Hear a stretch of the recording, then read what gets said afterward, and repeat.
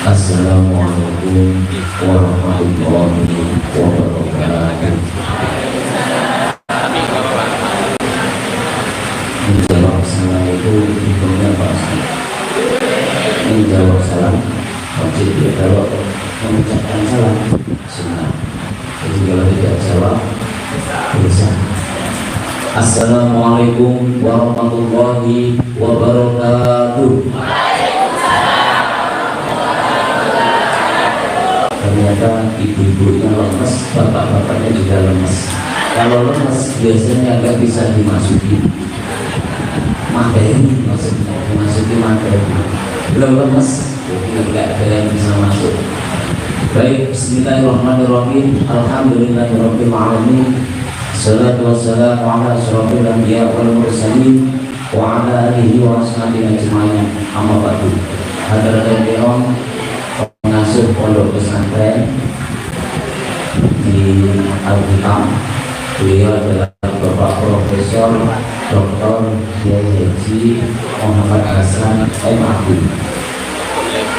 beserta gurunya serta yang kami hormati Kepala SMP beserta Dewan Asatidz, para ustadz-ustadzahnya yang kami hormati, komite dan seluruh wali santri, wali siswa di SMP Al-Hikam yang telah hadir di ruang aula ini.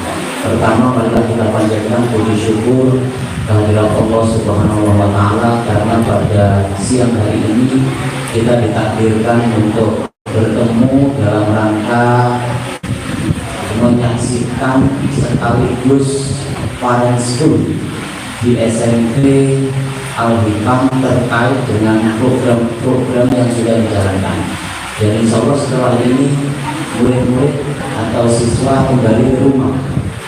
Biasa. Sampai berapa hari? 6 hari. Makanya parent school ini penting kita bahas. Tidak lupa rahmatullah wassalamualaikum, semoga tetap dipacurkan kepada junjungan kita Nabi Muhammad sallallahu alaihi wasallam. Yang ketiga, sebenarnya nggak perlu datangkan saya. Mengapa? Profesor Dr. Kiai Muhammad Hasan ini sudah cukup. Beliau ini biasanya tidak ada, sudah kalah semuanya. Secara ilmu agama saya kalah. Beliau sudah luar biasa mengasuh pondok pesantren. Secara ilmu di kejelasan saya kalah. Beliau profesor, saya masih asosiatif profesor, masih di bawahnya. Semoga Allah berbahagia. Minta barokah doanya. Jadi di kampus IAIN itu ada, alhamdulillah sudah ada 17 profesor dan salah satunya adalah beliau. Sudah tahu kira-kira profesor itu apa? Saya pernah pertama kali ngajak anak saya waktu saya kuliah di UNESA Surabaya. Kemudian saya ketemu dengan Profesor Yakin Wianto. Anak saya beritahu, ini profesor. Kita akan silaturahmi menemui profesor. Anak saya pertama. Akhirnya saya ajaklah silaturahmi ke rumah beliau. Setelah ngomong-ngomong, anak saya yang masih kelas 2 atau kelas 3 SD langsung tanya kepada Prof. Yakin, profesor itu sebenarnya apa? Langsung dijawab, profesor itu tukang jual pupuk di pinggir jalan. Merancap itu sampai berikutnya, aku nanti pengen jadi profesor, mau jualan pupuk di pinggir jalan dia. Itu terkesan bahwa profesor seperti itu. Nah, sekarang tahu betapa beratnya karir akademik dosen. Paling tinggi itu profesor, sudah nggak ada jabatan lagi. Kiai Hasan ini alhamdulillah beliau sudah profesor insya Allah dalam bidang studi Islam. Jadi terkait dengan bagaimana sebenarnya mempelajari tentang dimensi agama Islam itu. Kalau saya nanti profesor saya itu di bidang mengelola pendidikan. Jadi bagaimana mengelola pendidikan yang ideal, baik itu pendidikan berbasis Islam maupun pendidikan umum. Kebetulan saya saat ini masih jadi asesor aktif dan PJN. Jadi kalau menilai sekolah SMP, SD, SMA, MA, MTS itu sudah saya lakukan sejak tahun 2015 sampai sekarang. Kebetulan saya tidak akan pernah ditugasi di Bangkalan. Mengapa? Saya adalah mantan guru di Kabupaten Bangkalan, kepala sekolah dan pengawas terakhir di Kabupaten Bangkalan sejak tahun 99 sampai tahun 2018. Kira-kira berapa tahun? Cukup lama. Saya pengawas di Kecamatan Kokok. Di Kecamatan Kokok 6 tahun saya di Kecamatan Kokok, di atas gunung. Tapi ternyata di atas gunung itu enak. Jadi waktu di atas gunung saya pengen pindah waktu jadi guru nggak boleh. Bahkan saya ke kepala dinas, kepala sekolah saya ke bupati, sehingga tetap tidak bisa pindah. Akhirnya saya tidak pindah, biar saya di atas gunung waktu saya jadi guru. Dan saya bercita-cita, saya ingin mempresentasikan sekolah saya ini di Jakarta. Dan alhamdulillah pada tahun 2012 saya betul-betul bisa mempresentasikan sekolah saya di Kecamatan Konan. Kan tahu Konan ya? Daerah pelosok di desa Cangkaruman. Dan di depan Pak Dirjen dan Pak Menteri, dan alhamdulillah saya dinobatkan juara 3 nasional pada saat itu. Itulah yang mengantarkan saya dipanggil kepala dinas Pak Mugni waktu itu, Pak Ali, nanti akan langsung diangkat kepala sekolah. Saya katakan, saya senang aja, biarlah saya jadi guru saja, saya senang, tidak apa-apa. Atau saya jadi pengawas, saya mau. Nah, setelah itu tidak lama kemudian saya diangkat pengawas oleh almarhum bupati yang dulu, yaitu Kiai Fuad. Kiai siapa? Ya, Kiai Fuad kami. Ya. Jadi jadilah saya pengawas. Di pengawas pada tahun 2016 saya menulis juga sebuah karya di Kecamatan Kokok, dan saya juga dinobatkan juara 2 nasional terkait dengan bagaimana sebenarnya idealnya sebuah lembaga itu. Mungkin bisa saya tampilkan di sini. Itu adalah profil saya. Bisa kelihatan ya.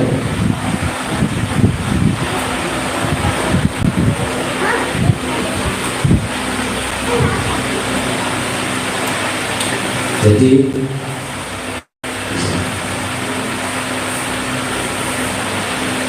baik, saya lulusan D2 Politik Malang. Saya selalu kuliah umum, makanya secara kepangkatan umum saya kalah dengan Profesor Dr. Kiai Haji Muhammad Hasan. Kok masih muda saya?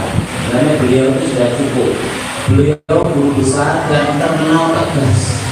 Karena begitu saya masuk di kampus, beliau ini pejabat Warik 3.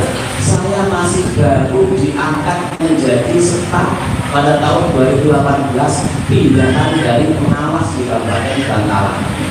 Saya pengawas di Kabupaten Bangkalan, tepatnya di Kecamatan Kokok. Sehingga kalau yang berdinas di pendidikan, insya Allah yang di sekolah umum saya banyak tahu. Jadi riwayat di pendidikan saya semuanya umum. Saya lulusan D2 IPIK Malang. Saya lulusan S1 di luar negeri, yaitu di Unipar Surabaya, swasta maksudnya. Luar negeri itu swasta, bukan di luar negeri sana tidak, tapi di swasta. S2 saya di Indonesia, S3 saya di Universitas Negeri Malang. Kebetulan saya menjadi wisudawan terbaik dari 1301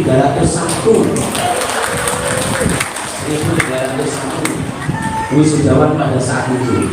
Saya bisa menyelesaikan program doktor 37 bulan. Waktu itu saya jadi pengawas bersama Pak Junino, kuliah bersama Pak Sahri yang di Kabupaten Bangkalan. Jadi bersama-sama, tapi beliau mengambil teknologi pembelajaran, saya mengambil manajemen pendidikan. Tujuannya apa? Bagaimana mengelola pendidikan yang baik itu.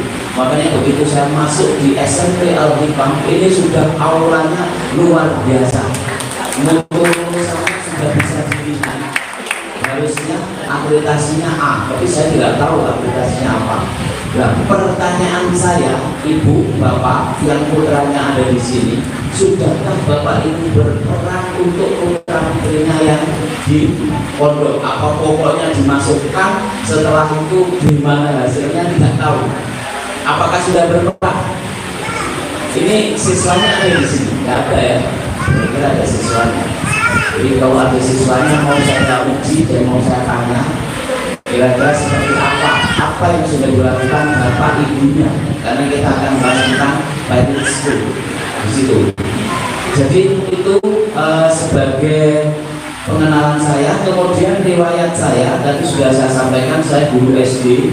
Kemudian prestasi saya beberapa kali juara nasional. Jadi kalau saya bina guru agar juara nasional, saya sendiri harus pernah juara. Kalau pembinaan tiba-tiba kita sendiri nggak pernah juara, menyuruh menulis, tapi kalau beliau sudah tulisan pasti, namanya profesor nggak mungkin tidak punya tulisan. Jangan-jangan seperti anak saya, tukang jual pupuk di Indonesia. Jadi guru besar pangkat paling tinggi, dan beliau juga pengasuh pondok pesantren yang ditempati pondok pesantren.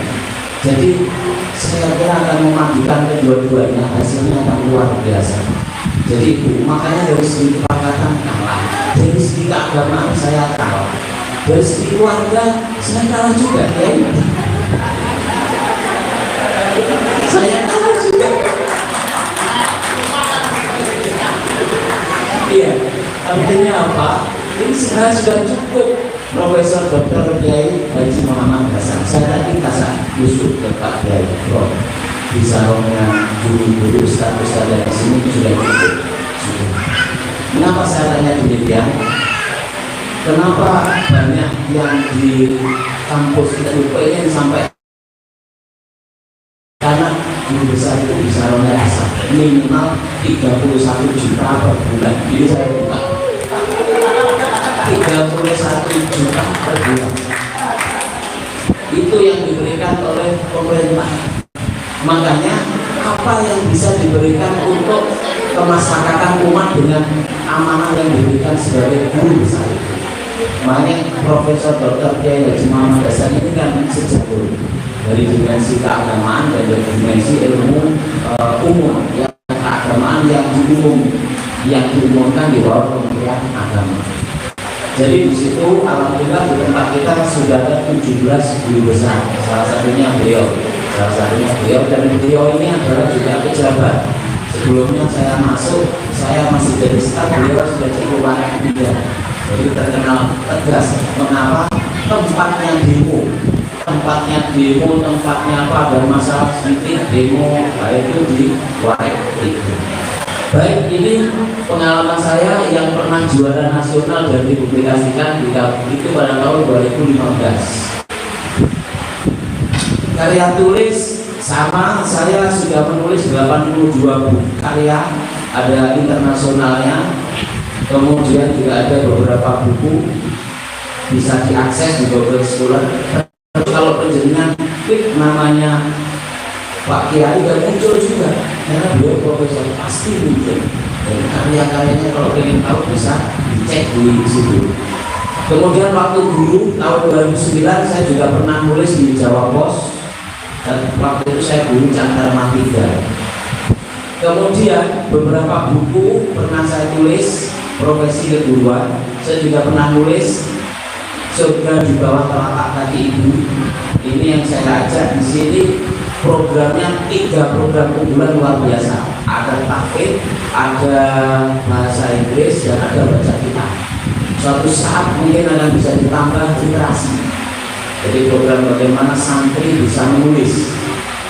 Kalau 3 program itu sudah kuat, mungkin bisa ditambah lagi. Karena jejak digital itu akan tampak, oh dia itu qualified, itu cukup dilihat dari tulisannya. Nggak usah cerita kemana-mana, nggak usah menceritai dan memberitahu kemana-mana. Jadi juga dari tulisan itu sudah akan dilihat. Makanya di sini sudah luar biasa, sudah luar biasa. Kemudian saya pernah menulis juga goresan peristiwa bermakna. Itu ada yang saya tulis itu ada mahasiswa, saya tanya kisah paling bermakna yang kau alami apa? Coba sekarang tulis, mau saya jadikan buku. Ternyata apa isinya? Dari 4 ini, mahasiswa 4 ini, ketiganya menulis kisah tentang percintaannya. Yang satu baru menulis bagaimana dia hidup di sebuah pondok pesantren. Yang laki-laki ini menulis bagaimana dia hidup di pondok, di buku yang saya tulis bersama mahasiswa. Waktu itu saya baru datang haji, sehingga saya nulis bagaimana perjalanan saya haji. Yang saya tulis kisah yang bermakna dalam hidup saya. Jadi itu akhirnya saya tulis seperti itu. Kalau siswa pasti dia kreativitasnya luar biasa, karena mereka saat ini adalah Gen Z atau generasi Z, generasi yang digitalnya luar biasa. Nanti akan saya kupas dan Bapak itu nanti bisa mengambil strategi untuk membantu untuk mendidiknya. Sebenarnya pondok ini membantu Bapak Ibu untuk mendidik putra Bapak Ibu. Jangan sampai terbalik, jangan sampai terbalik, jangan sampai terbalik. Bu, yang Ibu saya ingin tanya, yang Ibu yang pakai jilbab, Ibu yang semuanya pakai jilbab ya, yang sebelahnya kacamata, Bu siapa? Ibu, ya jenengan yang baju merah. Ibu putranya, putrinya ada di sini. Kelas berapa? Sudah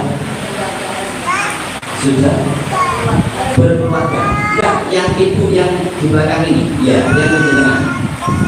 Putra putrinya yang di SMP ini putra atau putrinya? Oh, adik. Yang di belakangnya, yang putranya langsung, saya pengen tahu ya. Ya, ibu putranya di sini kelas berapa? Kelas 3. Berarti sudah 3 tahun ya. Selang ibu dari mana? Dari Soca, cukup jauh ya, ke sana ke sini. Soca mau milih di sini. Pertanyaan saya, ibu biasanya jenguk putri atau putranya? Putra ya. Ibu menjenguk dia, coba mic-nya biar kedengaran.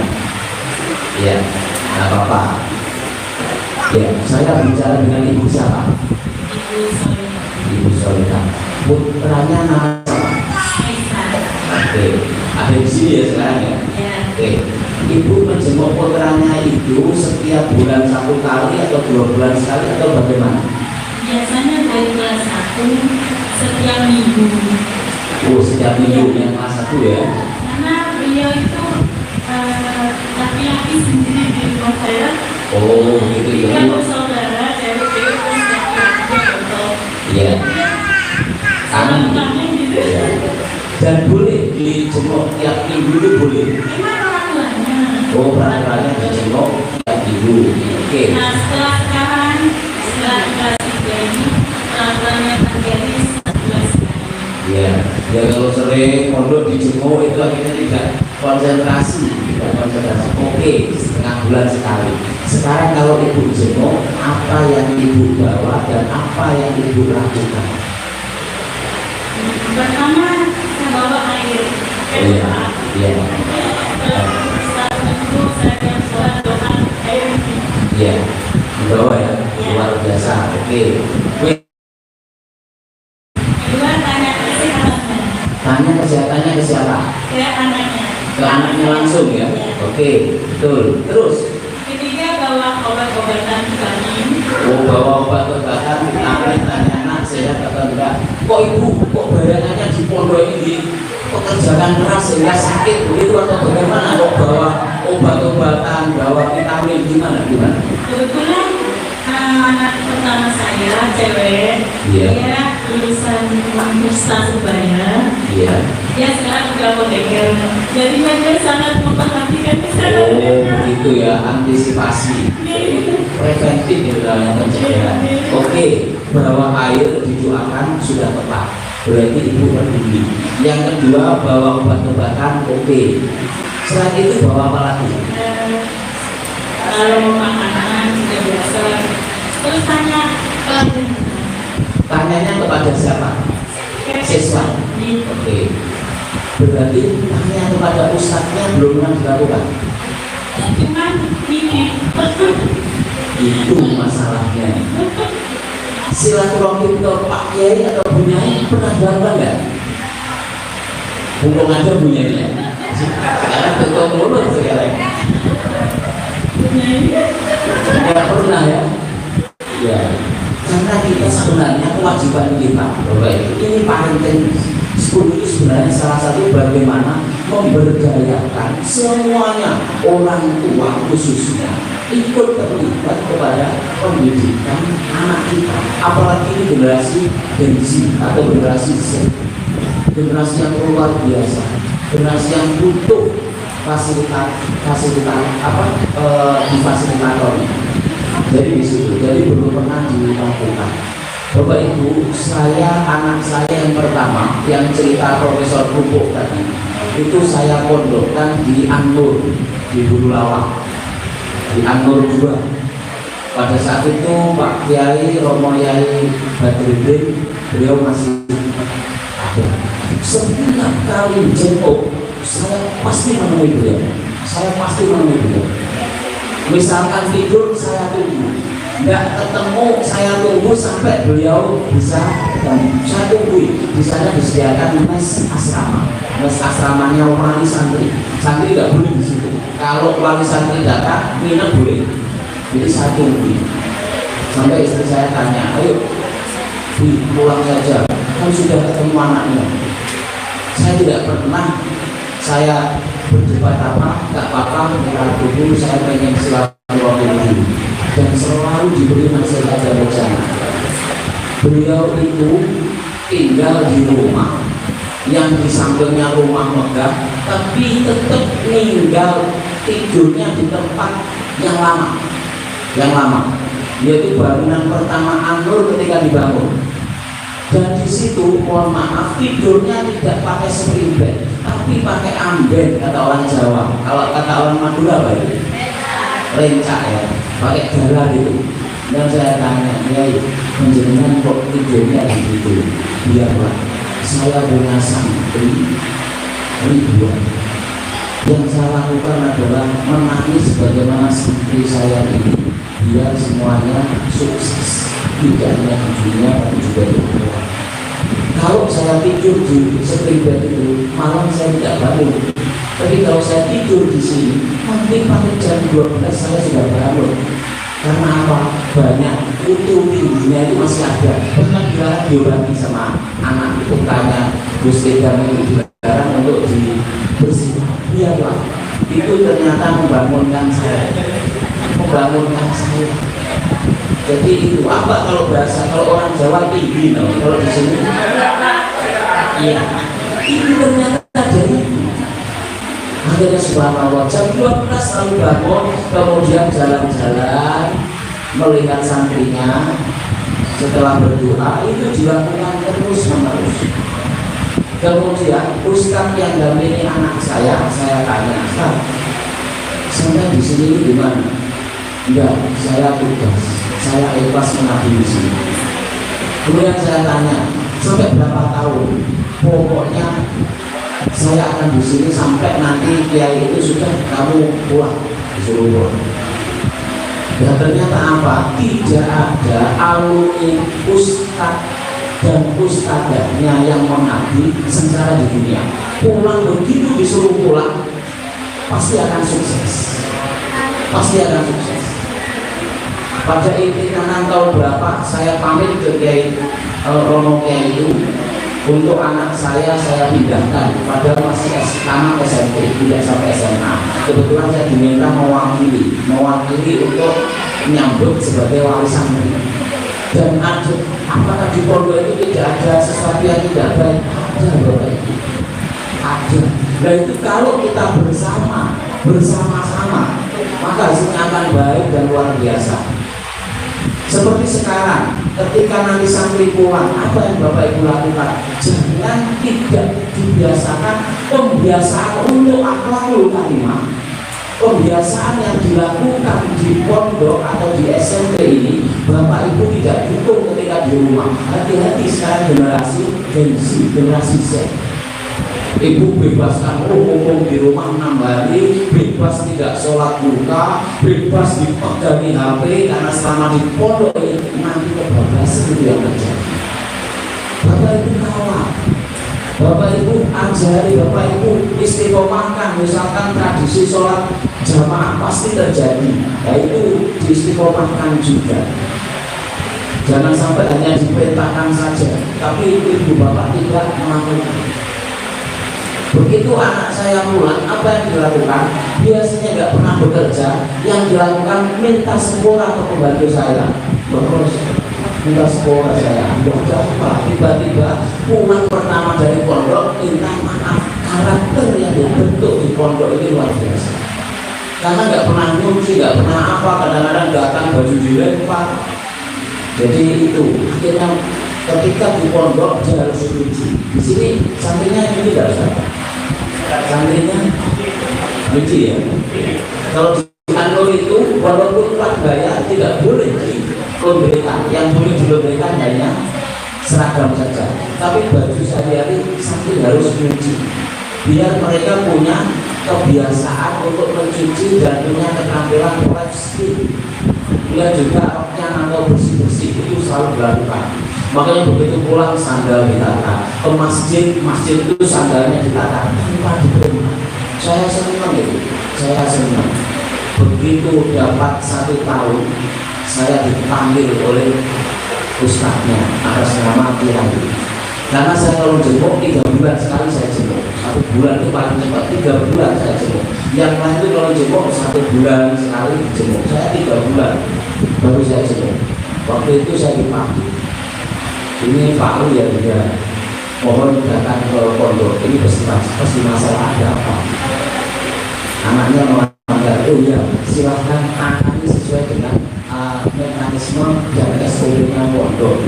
Terima kasih, insya Allah saya akan datang. Tapi tidak saat ini, karena pada saat itu benturan dengan kegiatan saya. Tidak lama kemudian, besok 2 hari kemudian saya berangkat. Saya temui ada apa? Ternyata anak saya lari. Anak saya lari dari pondok bersama 11 orang, pimpinannya anak saya. Padahal di pondok kantor itu gerbangnya 24 jam dijaga satpam. Sampai saya tanya, "Cong, kamu lari itu lewat mana?" Itu di sana ada sungai besar. Iya. Jadi sungai besar itu nggak terus bajumu bawa kresek, dimasukkan kresek itu, ya Allah buka air bersama 11 orang untuk melewati pondoknya itu, pagar pondoknya itu lewat di bawahnya sungai. Jadi nyelam di situ. Setelah itu dia bajunya dilepas, ganti yang di kresek itu, kemudian jalan kaki menuju stadion Gajayana. Terus apa yang dilakukan? Nonton bola. Masya Allah. Itu generasi sekarang nonton bola di Gajayana yang menjadi tragis, yang banyak meninggal di berita di media sosial. Pada saat itu masih belum kejadian itu. Nonton, kemudian saya tanya, punya uang kan jatahnya dipas? Enggak punya. Dan berangkatnya pokoknya jalan kaki, ada pickup, ada truk, di stop sama 11 santri. Santri kok kayak gitu, saya begitu. Akhirnya nontonnya bisa masuk, nggak bisa terus manjat pohon di Gajayana kan ada pohon-pohonnya. Jangan cuma nontonnya juga dari jauh. Saking pengennya nonton bola. Dan kebetulan ada kesempatan itu pun harus berjuang luar biasa. Akhirnya dihukum apapun hukumannya itu salah kok. Tetap harus diikuti. Akhirnya 11 santri itu dihukum karena komandannya saya dihukum itu tidak apa-apa, saya bebas. Singkat cerita, setelah itu pulang, akhirnya kuliah di UGM. Gak usah jauh-jauh, saya pondokkan ke teman saya, profesor juga dari Bangkalan ini, Profesor Haji Zainal Abidin, temannya Prof. Kiai Hasan. Saya pondokkan. Waktu itu saya lihat pondoknya belum mulai, biarlah anak saya saja ya pondok, nanti ada teman. Singkat cerita, pondoklah anak saya itu di bawah 11 temannya. Jadi Prof. Zainal punya santri 11 orang sudah. Mau ditambahin, siapa ketuanya? Ya anak saya, karena yang lain belum pernah pondok. Jadi sampai begitu. Kemudian saya itu sering memberikan desain seperti itu karena jurusan saya bagaimana mengelola pondok, bagaimana mengelola lembaga yang hijau itu. Singkat cerita, masuklah di semester 3, datang ke saya, aku mau daftar polisi. Saya tanya, umimu apa setuju? Kalau umimu tidak setuju berlacon, tak kira berhasil. Makanya kebiasaan ketika mengikuti pembinaan, mereka sampaikan, tak mungkin dari Prancis, dari Poso bisa jadi profesor, tak mungkin tanpa doa dan bumi. Makanya ketika ibu bapak memondokkan putra,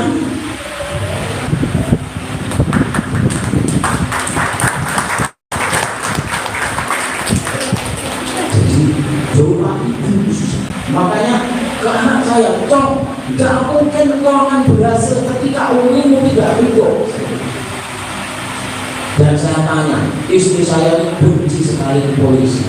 Lah, tak usah jadi polisi, benci. Pokoknya itu tukang pukul, tukang begini. Akhirnya saya beritahu, apa? Masing-masing itu punya sesuatu yang menonjol yang sendiri-sendiri. Bahkan, pengennya jadi dosen, coba jadi dosen seperti apa? Jangan dipaksa. Masing-masing anak kita itu punya sesuatu apa bakat yang beda-beda. Tinggal kita menyadari apa sebenarnya bakat dari anak-anak kita. Kita fasilitasi di situ. Akhirnya apa yang terjadi? Umi ternyata setuju karena saya beritahu selama perjalanan 2 tahun itu. Akhirnya daftar terakhir dan daftar pertama saya cari, kalau namanya ikhtiar ya harus ikhtiar.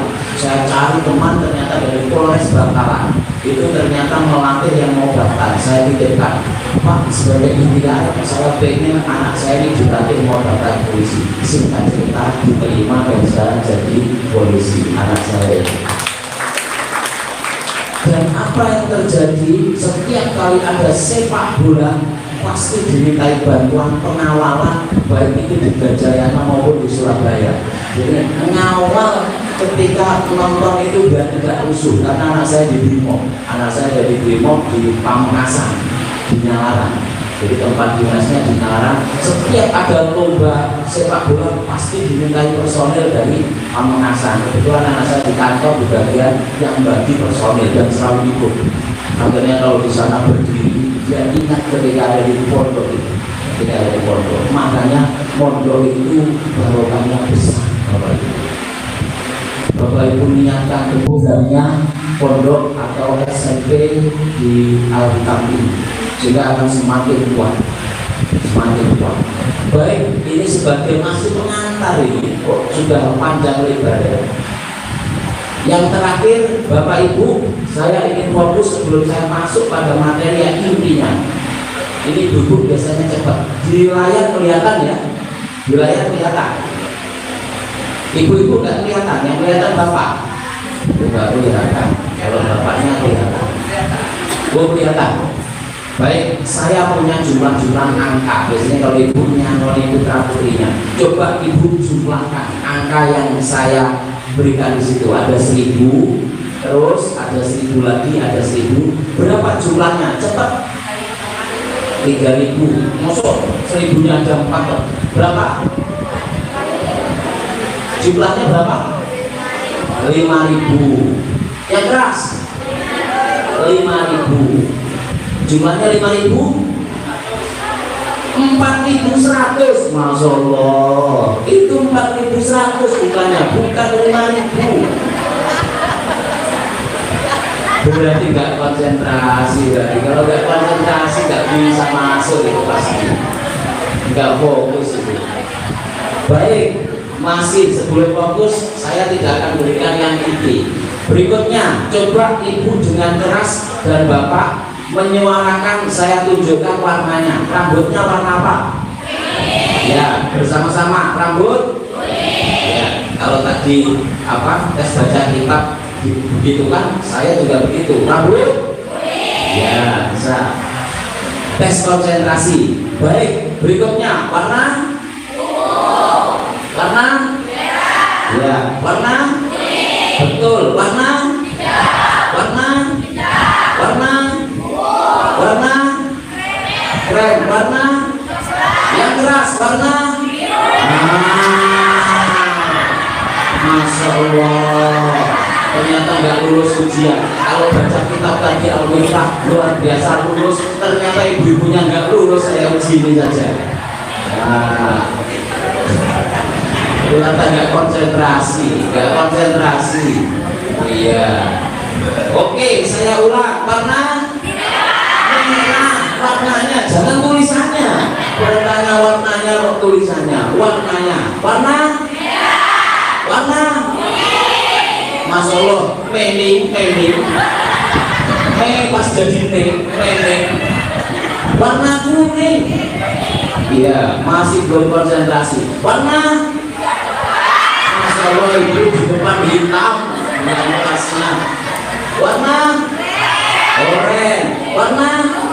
Ungu. Warna?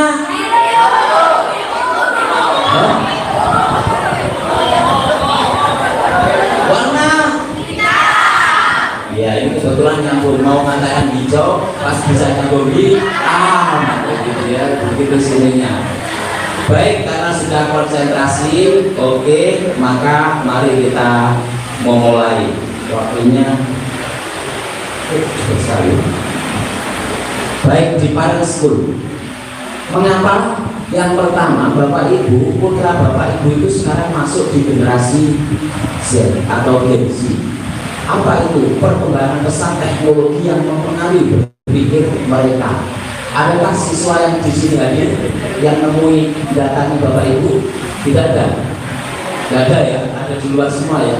Kalau ada saya bisa buktikan. Coba dipinjami HP, saya berikan tugas melalui HP, melalui aplikasi, walaupun nggak pernah diajari, pasti mereka akan bisa. Jadi di situ itu ciri-ciri generasi Z. Seandainya ada di sini saya teskan, itu saya bisa berikan sesuatu tugas di situ. Coba tugas saya ini, saya menggunakan aplikasi Google Classroom. Coba masuk ke Google Classroom dulu, masuk dulu apa yang saya buat melalui HP-nya Bapak Ibu. Setelah itu mereka akan melakukan tugas yang saya berikan. Itu bisa dilakukan. Itu cirinya mereka dekat sekali dengan teknologi. Makanya hati-hati ketika 6 hari Bapak Ibu santrinya pulang, jangan dibiarkan, dampingi. Pembiasaan yang sudah dilakukan, lakukan. Jadi itu. Berikutnya apa? Generasi Z menghadapi tantangan dalam pembentukan karakter yang kuat. Makanya kalau Prof. Kiai Hasan itu beliau keras, itu bukan keras, disiplin tegas untuk pembentukan karakter tadi. Kalau saya zaman saya sekolah, saya masih ingat, saya tulis tegak bersambung, sudah saya tulis. Setelah itu saya jalan, tiba-tiba guru saya, semoga Allah mengampuni dan memberkatinya, beliau sudah meninggal, datang ke saya tanya, Ali sudah selesai? Sudah. Saya kok jalan-jalan? Mana tulisan saya tunjukkan? Tulisan saya ini tidak tegak bersambung, agak miring sedikit. Langsunglah saya ditampar pipi saya ditempelin ini.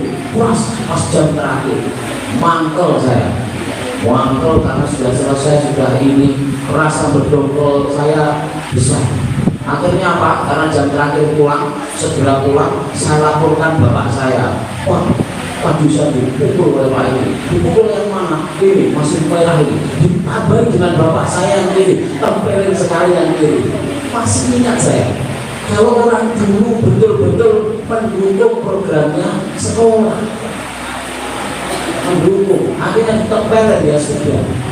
Akhirnya mengapa? Memang agak miring sedikit, tapi itu sudah tempelin dengan dulu. Tapi yang sekarang tidak boleh, pasti kena namanya kekerasan. Hati-hati, karena paradigmanya berbeda.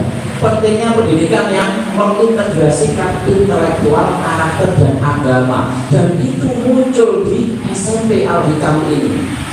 Kalau di SMP 1 Bangkalan, SMP 2 masih tidak ada. Tidak ada namanya akhlakul karimah. Religius mungkin saja, tetapi juga tidak religius sekali, karena pembiasaannya kurang. Nah, disitulah yang perlu menjadi latar belakang Gen Z itu perlu kita fasilitasi. Nah, pemahaman kita yang pertama, Bapak Ibu, menjalankan pentingnya pendidikan intelektual dan karakter untuk Gen Z. Yang kedua, menggali peran pendidikan dalam membentuk Gen Z yang pluralis, humanis, dan religius. Hati-hati, Bapak Ibu. Mengapa pluralis? Mengapa humanis? Penting. Gen Z ini mudah sekali idealisme ini diambil. Hati-hati. Makanya mohon maaf, yang bom bunuh diri, yang radikal, itu rata-rata juga di pondok pesantren yang mereka hafal Al-Quran, tapi rasa idealismenya itu dibelokkan. Hati-hati di sini. Makanya kalau filosofinya di Al-Hikam ini luar biasa, filosofi lahirnya. Mengapa? Ternyata sudah berdasarkan hasil riset banyak yang hafid Quran, hafidhah, tapi mereka menjadi pelaku bom bunuh diri. Mengapa? Karena mereka paham bacaannya saja, tapi nggak paham maknanya, hanya kontekstual bahasa saja. Alfa, kalau begitu dianggap yang kafir itu bahaya. Bapak Ibu, ada program yang mengimbangi, yaitu baca kitab. Kalau baca kitab sudah dikuasai, makna Al-Quran itu bisa ditelaah, tidak sekedar kontekstual hafal, tapi mendalam sampai akar-akar maknanya, bahkan implementasinya. Jadi di situ yang kuat di Gen Z yang perlu ditanamkan kuat. Makanya Bapak Ibu ini tepat sekali menitipkan. Bapak Ibu itu nitip di Al-Hikam ini tepat sekali. Diajari ketiga-tiganya, ilmu umumnya dapat, bagaimana dia penguasaan hafalan Quran, bagaimana baca kitab. Saya kemarin dari santri diundang kebetulan mewakili Pak Direktur, bersama Pak Direktur mewakili teman-teman di IAIN Madura, diundang di Provinsi Jawa Timur, di mana salah satunya adalah LPPD, Lembaga Pengelola Pendidikan Pesantren dan Dunia. Itu selalu memberikan beasiswa, dan insya Allah di IAIN tahun ini, kalau nanti ada ustadz-ustadzah yang belum S2, itu bisa daftar ke S2 dengan biaya gratis. Jadi dibiayai oleh LPPD Provinsi Jawa Timur. Kemarin kita dapat 10. Kalau sekarang kita tidak tahu dapat berapa. Nah, yang menarik adalah di Bu Hovifah itu punya program LPPD itu selalu menyekolahkan santrinya ke Mesir. Pada tahun 2024 ini yang dites lulus ini ada 3.000 sekian, itu tinggal 66 santri, dan satu santri dibayari 320 juta per santri oleh Provinsi Jawa Timur, disekolahkan di Mesir. Akhirnya dengan pihak kedutaan Mesir menyeleksi dari 66 ini, diseleksi jatahnya berapa kekuatan provinsi mau menyekolahkan, 33. Jadi ngambil 33 ini bingung, yang diambil mana? Ke 66 ini sama-sama kuat, bacaannya bagus, hafalan Qurannya juga hafal, walaupun tidak harus 30 juz. Jadi kalau mau beasiswa itu cukup 2 juz sudah bisa, kemudian ditingkatkan lagi 5 juz, itu rata-rata bisa. Akhirnya dites sendiri dari pihak Mesir, jadi menggunakan video begitu, dilakukanlah tes. Kebetulan yang lulus 33 ternyata tesnya apa? Langsung percakapan bahasa Arab, mereka rata-rata lancar, semuanya oke, bagus. Kemudian sedikit bahasa Inggris, rata-rata bisa 66 itu lolos semuanya. Kemudian hafalan Quran juga oke. Nah, tes terakhirnya adalah baca kitab.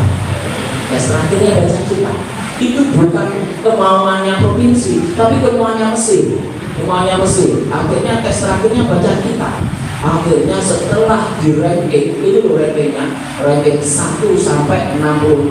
Nah, dipotong sesuai dengan dana yang ada, yaitu untuk 33 santri. Singkat cerita, ternyata 33 santri itu semuanya dari pondok pesantren berbasis Nahdlatul Ulama. Enggak ada satu pun yang berbasis yang lainnya. Akhirnya diprotes, ini tidak adil, ini tidak ini tidak adil. Makanya saya berharap mungkin nanti sekarang SMP, SMA 3 tahun, 4 tahun lagi saya mendengar kabar bahwa santri Al-Hikam ini ada yang lanjut studi di Mesir. Amin, Allahumma amin. Semoga ada, dan beliau akan menguatkan, pasti akan dikembalikan untuk menjadi pengajar di tempat pondok atau tugas ketika dia ditugaskan. Jadi di situ itu yang bisa. Baik, pemahaman berikutnya menyusun strategi antara siapa? Keluarga, sekolah, dan masyarakat. Jadi jangan sampai selesai tanggungannya sekolah, enggak, tapi keluarga justru yang pertama, pendidikan utama dan pertama adalah keluarga, bukan sekolah, Bapak Ibu. Jadi itu yang terjadi. Nah, karakter generasi Z itu yang pertama adalah ciri-cirinya, dia lahir 97 sampai 2012. Pertanyaan saya, putranya Bapak Ibu sekarang yang sekolah lahir tahun berapa rata-rata? 2011. Ada, itu masuk, makanya masuk gengsi. Hati-hati, betul-betul di situ perlu difasilitasi. Yang kedua, tumbuh di era digital, era saat ini. Begitu HP ini, gadget ini luar biasa, mereka nggak usah belajar langsung oke. Kadang-kadang juga disalahgunakan. Mengapa? Mohon maaf, ziarah kubur, kemudian diputar Yasin, HP-nya yang diputar, dia di sampingnya. Lu kok nggak baca Yasin? Ini sudah ini. Itu Bapak itu gimana? Kalau dia seperti itu, kok disuruh untuk membaca Al-Quran, tiba-tiba yang diputar murotal Al-Quran dari HP. Apa yang Bapak Ibu lakukan? Tiba-tiba pulang ke rumah, pembiasaan hafalannya yang ikuti program tahfidz, ya paling tidak Bapak Ibu yang nyimak bagaimana hafalan itu. Jadi lakukan. Jangan sampai setelah pulang tiba-tiba dia main HP, ibu menyuruh, nah jangan lupa hafalan, diputarlah Al-Quran itu. Apa yang Bapak Ibu lakukan? Kira-kira dibiarkan? Kalau mau nasihati gimana caranya? Tiba-tiba udah nggak yang diputar bukan apa bagus murotal Al-Quran, tapi setelah itu pergi yang diputar TikTok yang lainnya, pasti. Nah, apa yang harus ibu lakukan ketika seperti itu? Jadi sampai anak saya itu kadang-kadang posisi aja ziarah kubur pas mutar pakai HP, tolong ya seperti itu. Nanti yang masuk surga bukan engkau tapi HP-nya. Jadi baca engkau yang baca. Jadi jangan HP-nya yang baca. Jadi itu. Bahkan ada kuburan tiba-tiba tengah malam ada suara ngaji. Jangan-jangan mayatnya ini ngaji di dalam, setelah dibongkar hampir ketinggalan ya. Jadi itu yang terjadi. Nah, karakter Gen-Z memiliki pemikiran yang terbuka, kreatif, dan mandiri. Hati-hati, pikirannya kreatif, terbuka. Jangan sampai mudah sekali dipengaruhi, terutama yang berbasis digital. Ada apa murah, tergiur. Wah, ini murah sekali. Langsung COD, langsung ke Shopee. Hati-hati di situ. Maksud ibu-ibunya juga begitu. Yang bilang TikTok, kapan gratisannya? Terus setelah itu pesan. Jadi itu yang terjadi. Ya. Namun mereka menghadapi tantangan dalam hal pengelolaan emosi. Bapak Ibu hati-hati kalau emosi juga luar biasa. Kemarin ada berita membunuh orang tuanya dengan sadisnya karena tertekan disuruh belajar ini, stres. Hati-hati di situ. Apalagi di era saat ini. Nah, pendidikan intelektual untuk generasi Z apa saja? Menekankan pentingnya pendidikan formal yang berkualitas. Di sini sudah ada. Lulus diakui. Kemudian yang kedua, mengembangkan kemampuan berpikir kritis dan analitis. Yang ketiga, pembelajaran berbasis digital. Di sini juga ada. Kenapa kok tahu? Kok diceritakan sudah saya tanyakan oleh kepala sekolahnya. Jadi saya tadi ketemu ada program komputer, bahkan ada bantuan kelompok yang ada. Jadi dia dipelajari kalau dulu boleh bawa HP. Setelah itu mungkin mudaratnya lebih banyak, tidak boleh. Jadi itu yang terjadi. Berikutnya terkait dengan pendidikan karakter. Kalau generasi Z ini mengedepankan nilai-nilai etika dan moral, penting sekali. Banyak generasi Z itu moralnya yang kurang. Berikutnya pendidikan karakter berbasis kebersamaan dan gotong royong perlu. Mengapa? Generasi Z ini biasanya introvert, nggak mau kenal. Tapi begitu ada di pondok, kadang-kadang makan bersama, nyuci bersama. Ini sudah ditanamkan karakter ini. Kalau itu di sekolah juga kerjakan setelah pulang nafsi-nafsi, mereka sendiri-sendiri. Dan yang ketiga, menanamkan rasa empati, rasa hormat terhadap perbedaan dan tanggung jawab sosial. Jadi ini pendidikan karakter. Berikutnya terkait dengan pendidikan pluralisme, ini juga penting. Menghargai perbedaan agama, ini penting sekali. Mengapa? Kalau sampai tidak menghargai, muncullah jalan radikal luar biasa. Dan di sini ditanamkan kalau orang NU itu insya Allah dia dari tengah-tengah, karena memang yang paling NU itu ada di tengah. Bu, jangan kalau disuruh apa-apa kan milihnya yang tengah. Kalau di atas nggak enak, di bawah nggak enak. Bapaknya juga begitu biasanya, milih yang bagian tengah atau bagian sedang-sedang saja. Kalau terlalu juga nggak enak, di bawah juga nggak enak. Jadi menghargai perbedaan agama, budaya dan suku, membina toleransi, menghormati keragaman serta membangun perdamaian. Ini juga pluralisme karakter yang perlu ditanamkan di generasi kita, generasi generasi yang saat ini. Yang terakhir, memperkenalkan perspektif global yang membuka wawasan generasi. Perlu dikenalkan dunia-dunia digital, karena sudah ada program rektor, insya Allah juga aman, Yang berikutnya pendidikan humanis, itu juga penting di generasi Z. Apa saja itu? Mengutamakan penghargaan terhadap martabat manusia. Pendidikan menyentuh sisi emosional siswa, ini penting. Jadi mereka diajak istighosah, diajak hafalan Asmaul Husna. Itu akan kuat menanamkan emosinya. Kecerdasan emosionalnya akan terbangun sehingga muncul juga spiritualnya. Berikutnya pendidikan religius tidak diragukan lagi di SMP Al-Hikam ini luar biasa, sudah diprogramkan bahkan menjadi visi utamanya. Nah, strategi sinergi dalam pendidikan, sinergi siapa? Yang pertama keluarga. Nggak mungkin keluarga tidak terlibat. Makanya ketika liburan Bapak Ibu, kawal putra Bapak Ibu, pembiasaan yang ada lakukan. Pembiasaan yang ada dilakukan dengan sebaik-baiknya di rumah. Jangan sampai perintah nak jamaah tapi ibu sendiri tidak jamaah, nak sholat tapi ibu sendiri tidak sholat. Jangan sampai seperti itu. Nah, ini yang perlu dilakukan, sinergi dalam pendidikan. Nah, tantangan yang dihadapi apa saja itu? Pengaruh negatif teknologi dan media sosial, kriminalitas, kesulitan dalam mencari identitas diri. Kriminalitas ini juga kecanduan digital.